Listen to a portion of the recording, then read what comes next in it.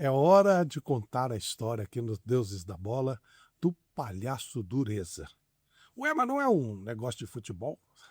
Só que o Palhaço Dureza virou Toninho Cerezo.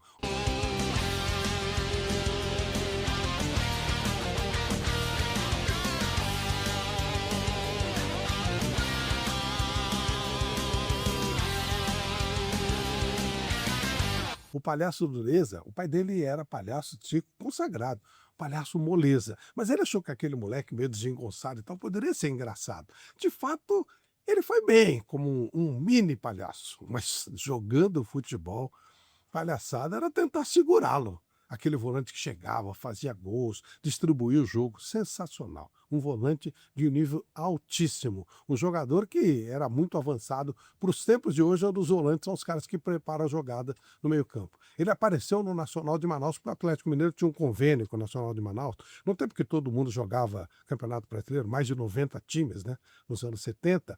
E aí apareceu explodindo com o Paulo Isidoro, com o Marcelo, que fizeram com que o Nacional de Manaus assustasse os grandes times daqui do Sul. Mas quem eram esses caras? E aí acabaram descobrindo que eles eram da base do Atlético e logo subiram para o time do Atlético, que em 77 fez uma equipe espetacular, onde o centroavante era o Reinaldo. Imagina, o Rei Reinaldo, maravilhoso, né? Esse time não perdeu de ninguém. Até que chegou na final, jogando no Mineirão, precisando ganhar o jogo, porque naquela época o empate não ajudava nada, contra o time do Rubens Minelli, que era um time durão, de pegada, e aí o São Paulo conseguiu segurar o 0-0 e nos pênaltis o Atlético perdeu. E o Toninho Cerezo chegou a perder um dos pênaltis. Mas o Toninho Cerezo era um destaque tão grande, era tão espetacular, que ninguém mais lembrou da época do circo, da época do palhaço Dureza. Não, ele era um dos maiores volantes do mundo. Jogava um futebol refinado. Seleção brasileira de 78, ele era um dos astros do time. Só não jogou a partida contra a Argentina, porque aquela era uma partida de muita pegada, e ele também não estava legal, estava contundido. Mas em 82, quando o Pelé montou um dos maiores times de toda a história do futebol mundial, até hoje a Copa do Mundo não se conforma de ter sido vencida pela Itália. Quem tinha que ganhar era o Brasil. Sabe quando a Copa perde porque uma equipe perdeu? Então, era o meio-campo com Falcão, Cerezo, Zico e Sócrates, um dos maiores da história do futebol. Cerezo se destacava muito. Teve quem reclamou dele num dos lances em que a Itália fez gol, mas isso tudo é bobagem, porque ele jogava muita bola. Foi para a Europa e na Roma ele era respeitado. Olha que na Roma tinha um Falcão, hein? Mas ele era visto como Sir.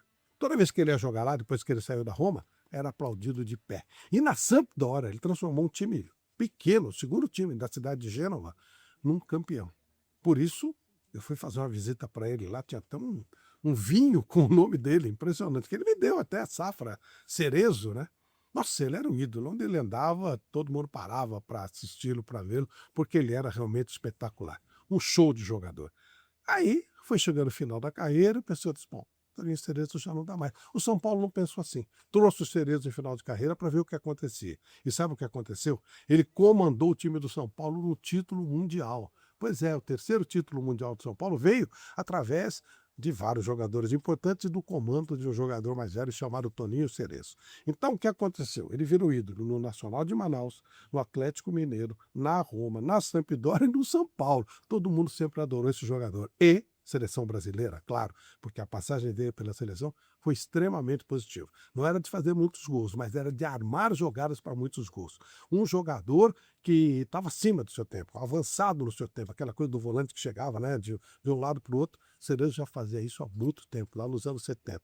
Um jogador extraordinário que merece todo o nosso respeito e com muito orgulho entra a partir de agora também aqui na nossa galeria dos deuses da bola. Olha, o circo perdeu um palhaço, mas o futebol ganhou um jogador espetacular. A nossa saudação a Toninho Cerezo.